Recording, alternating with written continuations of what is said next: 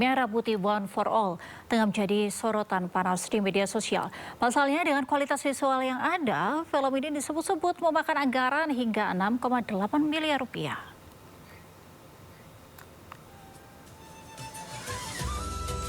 Beginilah animasi Merah Putih One for All yang mendapat sorotan tajam netizen di media sosial. Ya, film animasi Indonesia Merah Putih One for All menjadi sorotan panas, di mana karya yang dijadwalkan tayang 14 Agustus ini banjir kritikan dari warganet.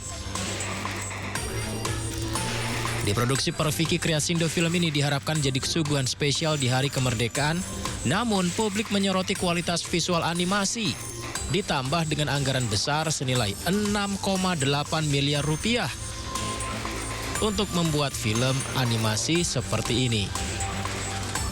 Selain warganet, Hanung Bramantyo juga menilai terlalu buru-buru film ini ditayangkan. Padahal ironisnya saat ini masih ada 200 judul film lain yang masih antri tayang di bioskop Indonesia. Publik pun bertanya apakah ada keterlibatan Kementerian Ekonomi Kreatif di balik anggaran besar pembuatan film ini. Menjawab hal itu, Wakil Menteri Ekonomi Kreatif Irene Umar menegaskan Kementerian Ekonomi Kreatif hanya memberi masukan saja, tapi tidak memberi bantuan finansial sama sekali dan tidak ada bantuan dalam bentuk promosi. Hingga saat ini, parodi mengkritik tentang film animasi ini masih terus ramai dibicarakan di media sosial.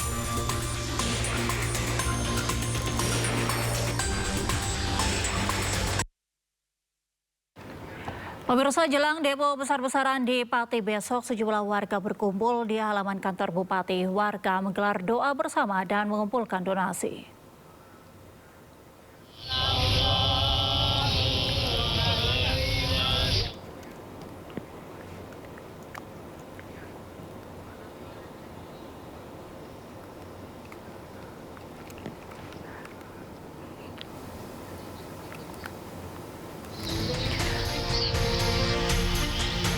Di tengah hujan deras, ratusan warga Pati berkumpul di alun-alun dan halaman kantor Bupati untuk melakukan aksi memprotes tindakan Bupati Pati yang dinilai arogan. Hujan deras yang mengguyur pun membuat donasi yang terkumpul basah kuyup.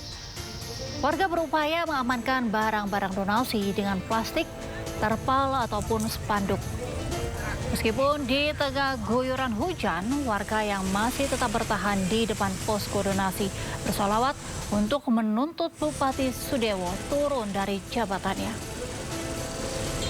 Sebagian warga lainnya bahkan melakukan ritual khusus sebelum gelaran aksi 13 Agustus besok. Gerakan masyarakat menanggapi kenaikan PBB 2 terus bergulir. Masyarakat Pati saya minta. Walaupun Bupati telah membatalkan kebijakan tersebut, warga terus melakukan aksi damai di depan pendopo Pati. Kabupaten Pati ini supaya suasananya kondusif. Karena Kabupaten Pati itu milik semua warga Kabupaten Pati. Tidak milik segelintir orang yang keras-keras.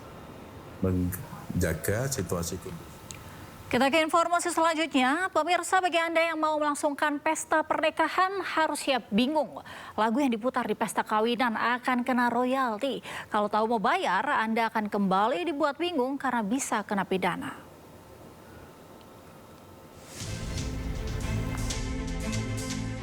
Sudah lumrah pesta kawinan ada musiknya, tapi keluarga penyelenggara pesta pernikahan harus siapkan kocek lebih karena harus bayar royalti lagu yang diputar saat acara nikah.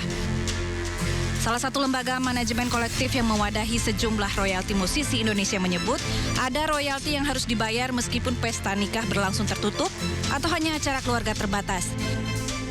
Nilainya 2% dari seluruh total biaya nikah. Yang membayar bukan pengisi acara atau penyanyi atau biduan, tetapi keluarga mempelai alias penyelenggara. Meski pesta nikahan bukan acara komersil, tapi pihak WAMI menganggap penyelenggara biasanya menyewa alat musik, sound system, lampu penyerang, termasuk membayar biduan. Oleh karenanya, saat lagu dinyanyikan, penciptanya juga wajib mendapat uang. Kebijakan WAMI menuai protes banyak pihak karena dianggap merepotkan keluarga mempelai atau event organizer. Lalu, bagaimana memantau pesta pernikahan di Indonesia harus bayar royalti musik? Ini dia tantangannya, karena pesta pernikahan tidak melulu dipublikasikan. Sejauh ini, WAMI hanya mengandalkan laporan masyarakat. Yang Yang pasti, menolak bayar royalti bisa panjang urusannya. Seperti pengelola restoran di Bali yang dipidana cuma karena kisruh royalti. Meski akhirnya kedua pihak berdamai dengan mahar 2,2 miliar rupiah. Di tengah panasnya polemik penggunaan musik di ruang komersial, sejumlah musisi tanah air menggratiskan musik ciptaan mereka. Jika beberapa waktu lalu ada Ahmad Dhani, kini giliran musisi Firza yang menggratiskan lagu ciptaannya.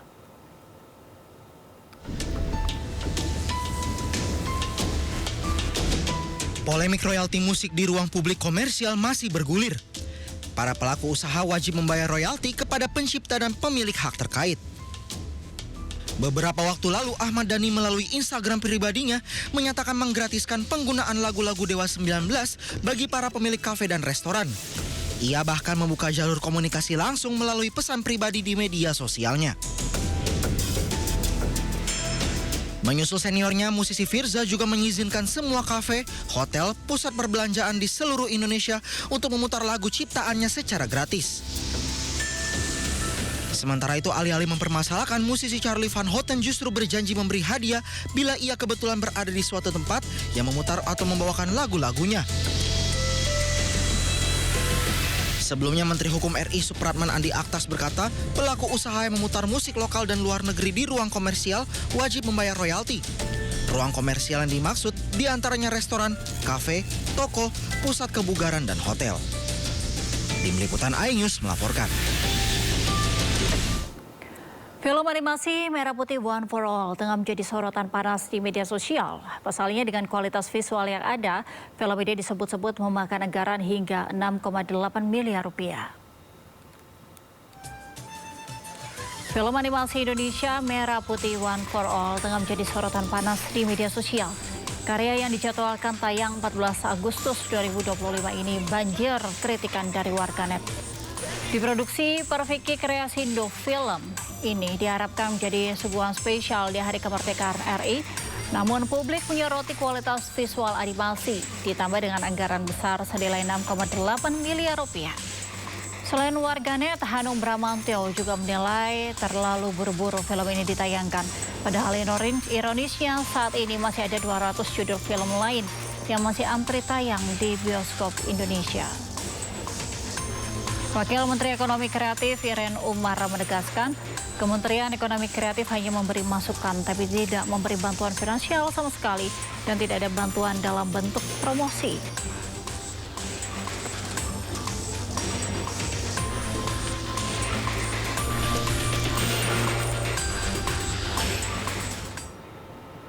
Untuk membahas sebuah karya animasi yang belakangan ramai diperbincangkan publik, baik pujian hingga kritik. Film ini memicu banyak pertanyaan. Merah Putih One for All. Kita sudah terhubung dengan Ari W.S, asisten produser film Merah Putih, dan Dedi Syam, Deputi Edukasi Asosiasi Industri Animasi Indonesia atau AINAKI. Selamat sore, Bapak-Bapak. Selamat sore, Mbak. Sebelumnya terima kasih karena sudah bergabung di Sindo Sore. Ya. Baik. Ya. Mengenai film yang lagi viral nih Pak, Merah Putih One for All, kita ke Mas Ari terlebih dahulu kali ya. Kita mungkin bisa diceritakan awal dari proyek pembuatan film animasi Merah Putih One for All ini seperti apa? Karena kabarnya hanya 1 bulan ya Pak persiapannya hingga bisa dapat jadwal tayang begitu di bioskop. Ya, terima kasih Mbak. Oke. Ya, saya jelaskan sebenarnya untuk pembuat film ini tuh bukan seperti rumors yang beredar di luar itu 1 bulan ya. Kita sudah setahun yang lalu kita sudah mempersiapkan untuk film animasi ini gitu. Dan ini kita buatnya itu juga cukup lama ya. Artinya kita dari mulai proses diskusi dulu dengan tim dan lalu kita mulai sampai ke tahap proses produksi dan sampai dengan kemarin tahap di post pro ya, dan itu 1 bulan enggak ya, post pro aja kita itu hampir 3 bulan pekerjaannya gitu loh Mbak. Jadi kalau bilang wah pengerjaan cuma 1 bulan itu gosip aja sih, itu nggak benar itu gitu. Jadi 1 bulan tidak betul ya Pak persiapannya? Tidak betul. Tapi mengenai anggaran yang viral nih Pak, katanya 6,8 miliar rupiah Pak, itu bagaimana detailnya, apakah memang betul segitu Pak? Nah ini juga kita juga cukup kaget ya ketika ada rumor kembali itu sebagai rumor sih. Artinya kita kaget ketika mendengar bahwa kita mendapat 6,7 bukan 6,8 ya, 6,7 M dari pemerintah. Nah, kita itu kaget dan itu juga kita mulai dapat berita itu pada hari Jumat. Jumat itu mulai banyak pertanyaan-pertanyaan daripada netizen ya kepada kami. Dan kita klarifikasi bahwa kita tidak mendapatkan angka sebesar 6,7 M dari pemerintah sama sekali. Dan ini murni adalah biaya urunan. Dan kalau kita bilang ini nominalnya emang segitu, kita jujur aja bahwa ini adalah kita dari tim, dari semua ya, semua yang terlibat ini kita tidak menentukan angka, ini honor saya segini ya, honor saya segini. Enggak, Mbak. Jadi kita ini adalah dedikasi kita yang kita dari tahun lalu memang di 80 tahun Indonesia kita mau bikin apa ya kira-kira ya gitu. Wah, kita bikin ini aja deh. Bikin film ya, filmnya apa nih? Oh, film animasi aja deh. Gitu. Nah, lalu anggarannya bagaimana? Animasi itu kan cukup besar gitu loh. Nah, kita mengumpulkan teman-teman yang satu visi dengan kita ya. Dari eksekutif produser, director, produser, lalu sampai animator dan tim semuanya. Ini kita tidak mendapatkan angka sepeser pun loh Mbak gitu. Jadi ini benar-benar kita bekerja secara urunan seperti itu. Jadi kalau dibilang kembali lagi saya tegaskan bahwa 6,7 M itu kita tidak ada sama sekali gitu. Tidak ada juga dukungan dari pemerintah dalam hal finansial begitu ya Pak? Sama sekali tidak ada Mbak. Jadi gini. Kita bulan kemarin kalau nggak salah ya, saya ingat saya bulan Juli itu kalau nggak salah, kita sempat audiensi kepada Kementerian Aircraft. Tapi audiensi itu kita hanya bilang bahwa kita membuat sebuah film animasi. Pada saat itu sudah masuk post-pro ya, udah post-pro itu, cuma belum final ya. Sedikit lagi, tinggal berapa persen lagi final. Dan kita ke sana cuma minta bantuan untuk nantinya promosi seperti apa gitu. Promosinya mungkin dengan sosial medianya dari Kemenkraf seperti itu gitu kan. Nah, mereka artinya gini, mereka menyambut hal itu karena siapapun yang terkait dengan ekonomi kreatif mereka akan terima seperti itu. Baik. Pak Deddy Syam, ini dari Ainaki sendiri melihat mungkin trailernya ya yang sudah beredar di masyarakat dan juga tadi sempat disampaikan beberapa informasi awal dari Pak Ari WS mengenai film ini. Bagaimana dari Ainaki sendiri melihat mungkin dari trailernya saja yang sudah beredar dan cukup viral begitu menjadi pembahasan netizen? Pada dasarnya kami sebagai asosiasi sistem mengapresiasi sih Mbak. Cuman dengan memang yang ada satu apresiasi yang tersendiri buat netizen ya. Karena ternyata kualitas netizen tuh terhadap karya animasi kita tuh udah meningkat sebenarnya. Nggak bisa dipungkiri ini trigger dari pencapaian Jumbo kemarin ya. Sehingga akhirnya kami secara otomatis melihat pasar sepertinya mereka membutuhkan kualitas yang baik sebenarnya itu ya. Nah, cuman yang memang pada dasarnya kan sebenarnya kita harus bisa membreakdown sebenarnya. Kenapa sih mereka seperti itu ya Mbak? Kalau dalam bahasa sebuah karya animasi sebenarnya proses kita berbicara proses itu sebenarnya cuma 3, pre-production, production, sama post-production sebenarnya adalah itu ya. Nah, Mas Hanus itu bilang bahwa kualitasnya itu sebenarnya belum layak tayang sebenarnya kualitasnya gitu ya. Baik. Nah, sebentar Pak Deddy, mungkin kita bisa ke Pak Arya. Pak Arya mungkin tadi mendengar Pak Deddy bilang kualitasnya mungkin kalau jika jadi pembahasan para profesional di bidangnya ini ya di bidang animasi mungkin ini terlihat belum layak tayang. Ini juga mungkin yang menjadi pembahasan dari para netizen begitu melihat kualiti dari tayangan trailer yang beredar di sosial media. Bagaimana Pak Arya menanggapi ini? Ya artinya begini, memang kita melihat dari Jumbo kemarin ya yang cukup box office gitu dan beberapa film animasi Indonesia memang sudah lumayan bagus, seperti ada beberapa film animasi di televisi produksi anak bangsa gitu. Berbeda dengan yang produksi kita buat gitu. Akan tetapi memang proses dengan waktu yang sangat pendek tadi seperti Mas Andi sebutkan kita ada pre-production, production, dan post-production. Itu pun kita lakukan dengan tahap, artinya dalam tahap 1 tahun itu kita lakukan semua. Dan sebenarnya kita berterima kasih kepada netizen yang artinya mengapresiasi itu. Kritik itu bagi kami apresiasi, artinya mereka ada peduli kepada sebuah karya, khususnya animasi yang sekarang sedang mulai naik gitu. Nah, terkait dengan segala kekurangan itu kami menyadari hal itu. Dan mungkin dari Mas Andi sendiri selaku asosiasi dari Ainaki bisa menjelaskan lebih lengkap lagi gitu. Oke, baik Mas, Mbak Dedi mungkin bisa ditanggapi yang disampaikan oleh Pak Ari, mungkin bisa memberikan apa ya, mungkin kritikan atau mungkin bagaimana penilaian dari Mas Ari sendiri. Oke, ini kita hanya bisa menilai dari trailer ya, karena ini yang terbuka ke ruang publik gitu ya. Makanya yang sebenarnya yang sangat dikonsol sama netizen kualitas, pengutamaan kualitas gitu. Nah, sebenarnya juga tadi balik lagi bahwa fase itu ada 3, pre-production, production, production. Nah, kalau dari orang yang memahami industri ini, pasti mengatakan bahwa kualitasnya masih di pre-production, kualitas. Loh, kenapa kualitas di pre-production? Kalau di breakdown misalkan contoh, kita kan suka melihat ada beberapa di screenshot sama netizen, ada kebocoran ya. Ya kakinya beroverlap dengan telinga lah, badannya beroverlap dengan, overlap maksudnya keluar dengan bajunya lah. Nah, hal itu sebenarnya lumrah dilakukan di fase pre-production. Nah, dulu orang mengatakan bahwa bagaimana caranya kami bisa berproduksi tanpa perlu harus melakukan revisi berat. Maka di pre-production, pra-produksi dimatangkan. Orang dulu mengatakan bahwa untuk bisa melacak film itu bagus apa tidak, dibuatlah storyboard. Animasi selalu menggunakan storyboard. Tapi pendekatan storyboard ternyata kurang bisa mendapati sesuatu yang diinginkan gitu ya. Sehingga bertambah levelnya ke animatic storyboard. Jadi storyboardnya di animatic sehingga cukup di play kita bisa menonton. Tapi kualitasnya masih gambar story, masih gambar cerita. Kemudian ada meningkat lagi namanya pre-visualisasi, kita namakan previs. Nah, kualitas previs inilah yang sebenarnya menjadi similar dengan kualitas yang ditampilkan di trailer. Nah, karena di previs itu sih memang goalsnya adalah orang yang melihat previs itu akan tahu, oh ceritanya itu ternyata enak ya pada saat dilihat secara utuh gitu ya. Terus kemudian pengadeganannya bagus ya, framingnya asik ya, kemudian komposisinya bagus ya. Tapi ada kecacatan misalkan mereka nggak akan koreksi cahaya yang jelek gitu ya. Mereka nggak akan mengkoreksi sesuatu misalkan ada yang tembus segala macam, nggak. Karena emang fasenya masih pre-production. Nah, cacat produksi itu biasanya kalau dalam lini produksi mereka melakukan proses quality control sebenarnya, Mbak. Ya, baik. Nah, proses quality control ini sebenarnya yang akhirnya dipertanyakan kan. Ya, ini juga menjadi pertanyaan juga bagi netizen begitu ya, Pak Dedi. Pak Ari melihat bagaimana sebenarnya proses editing yang mungkin terlihat kotor begitu bagi para netizen sehingga kok rasanya kurang layak untuk disaksikan begitu ya.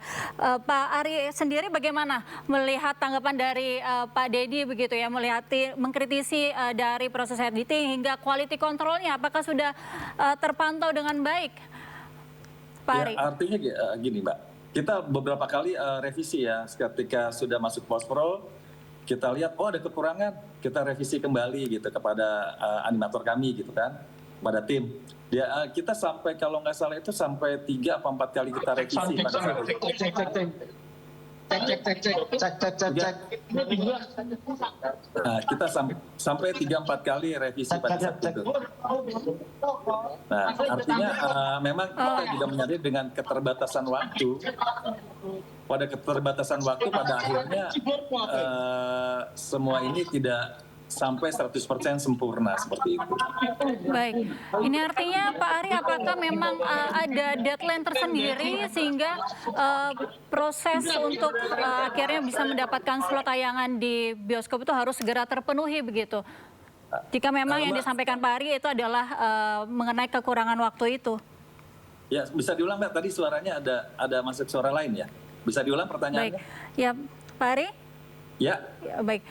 Pak Ari, ini kan tadi Pak Ari bilang juga karena adanya proses atau kekurangan waktu begitu ya. Tapi apakah emang ada ini ya, apa semacam target waktu sehingga harus cepat-cepat tayang begitu, Pak Ari? Ya, dari kami itu kan berharap bisa tayang di tanggal 14 Agustus ini dalam rangka menyambut 80 tahun Indonesia Merdeka. Nah, ketika kita berikan kepada XS1 pun pada saat itu memberikan note, wah ini ada ini nih ya, kurang ini ya, artinya ada ketidaklayakan pada saat itu, ada yang harus dikoreksi. Akhirnya kita koreksi kembali ketika kita udah kirim CDP pada saat itu ke XS1 gitu. Dan itu XS1 juga artinya tidak langsung serta-merta menerima seperti itu. Dan ada beberapa koreksi mereka dan dengan tim dari animasi dibetulkan kembali atau direvisi kembali seperti itu. Baik, kita ke Pak Dedi. Pak Dedi, ini kan melihat bahwa mungkin yang seperti yang Mas Hanung juga sudah sampaikan begitu ya di publik bahwa tidak mudah juga bagi para pembuat film gitu untuk bisa menayangkan sebuah tayangan di bioskop gitu, sebuah film di bioskop. Sebenarnya bagaimana alurnya sih Pak sehingga bisa mendapatkan slot untuk ditayang di bioskop gitu? Karena katanya kan memang antreannya banyak sekali begitu. Itu sebenarnya itu sudah ranahnya bagian produser sebenarnya, Mbak. Jadi kalau ranah produser adalah mereka memang sudah harus bisa memberikan satu keyakinan ke pihak penayang bahwa film ini akan selesai di tanggal tersebut gitu ya. Nah di dalam konteks itunya itu terjadi dialog sebenarnya. Itu sebenarnya di luar ranah saya karena itu dan ranah bagaimana caranya film ini bisa tayang. Yang sebenarnya selama ini yang dipermasalahkan di netizen itu sebenarnya kualitas sebenarnya sih Mbak. Jadi selama ini selalu dibilangkan post production. Sebenarnya ada satu hal yang dimana di production itu yang sebenarnya kita lost dan di production kita lost. Yang sebenarnya selama ini kita nggak pernah mendengar itu. Misalkan contohnya Mbak, dalam satu proses produksi sebenarnya ada 5 keahlian yang dibutuhkan sebenarnya untuk di animasi ya. Satu ada keahlian manajemen. Nah ini adalah kelompok produser, eksekutif produser, line produser ya. Nah produser itu harus bisa secara product knowledge harus ngerti animasi itu seperti apa. Sehingga pada saat ditanyakan bisa nggak 3 bulan dilakukan. Sebenarnya kalau memang memiliki experience dan product knowledge ya bisa nggak langsung mengatakan itu nggak realistis waktu tersebut gitu ya. Karena kenapa? Bila mana harus tayangan di bioskop, mereka punya kualifikasi bukan format bioskopnya ya, tetapi kualifikasi penonton terhadap mereka menonton. Karena kan mereka harus bayar. Benar, masih bioskop itu bayar. Sehingga mereka meminta ada entertaining yang terlihat gitu. Dan biasanya makanya proses trailer itu kan menjadi suatu blueprint sederhana, filmnya akan seperti ini. Nah, tadi proses manajemen, keahlian manajemennya itu adalah profesi produser. Cuma ada keahlian, nah ini yang juga disorot oleh netizen. Keahlian visual, Mbak. Itu ada tim visual. Biasanya itu art director di situ, terus konsep art di situ segala macam. Netizen selalu mengungkap bahwa kenapa sih menggunakan aset yang sudah existing, gitu ya, untuk sebuah film. Gitu. Karena dalam bahasa proprietary atau kepemilikan kita nggak bisa memiliki kekuasaan kepemilikan terhadap aset itu, Mbak.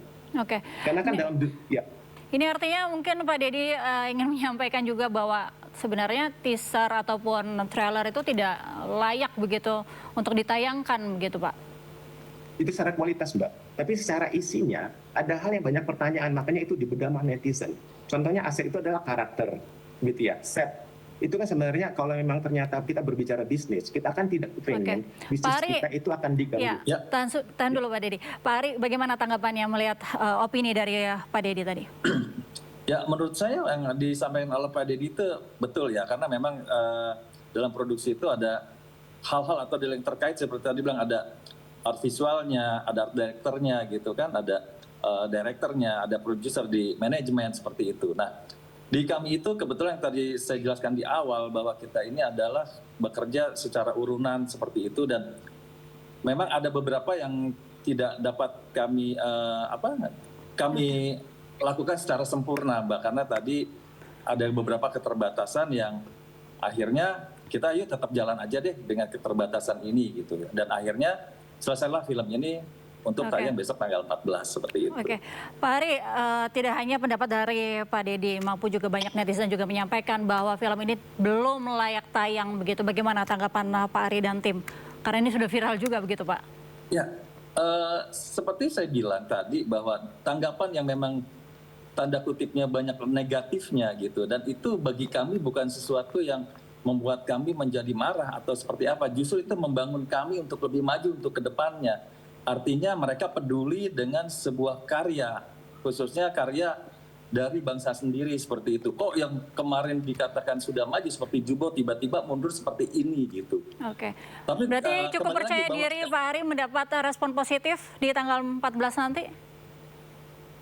Ya kita berharap selalu baik, keyakinan itu selalu ada, tapi nanti kan kita lihat di tanggal 14 tadi.